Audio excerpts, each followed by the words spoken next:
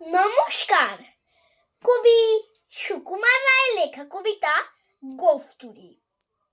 Head অফিসের বড় বাবু লোকটি বড় শান্ত, তার যেমন মাথার ব্যামো কেউ কখনো জানতো।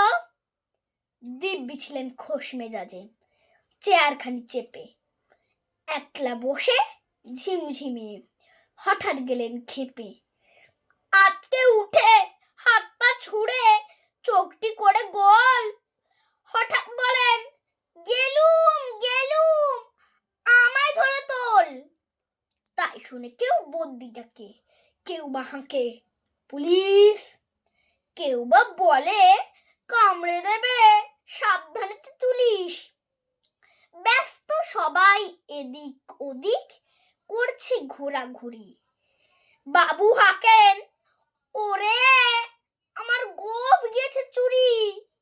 গোঁফ হারানো আজব কথা, তাও কি হয় সত্যি? গোঁফ জড়ে তো তেমনি আছে, কমেনি এক রত্তি।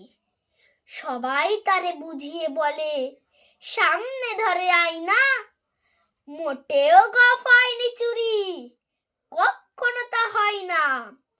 রেগে আগুন তেলে বেগুন, তেড়ে বলেন তিনি, কারোর কথার ধার ধারি নেই, সব বেটাকে চিনি।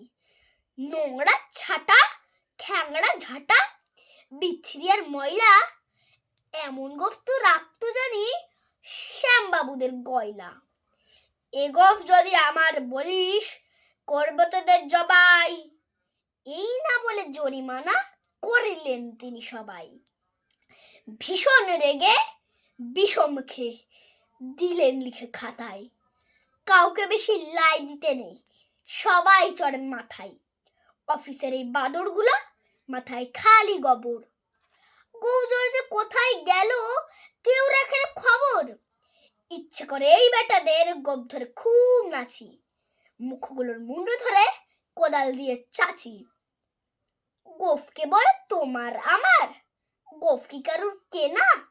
গোঁফের আমি, গোঁফের তুমি, তাই দিয়ে যাই চেনা।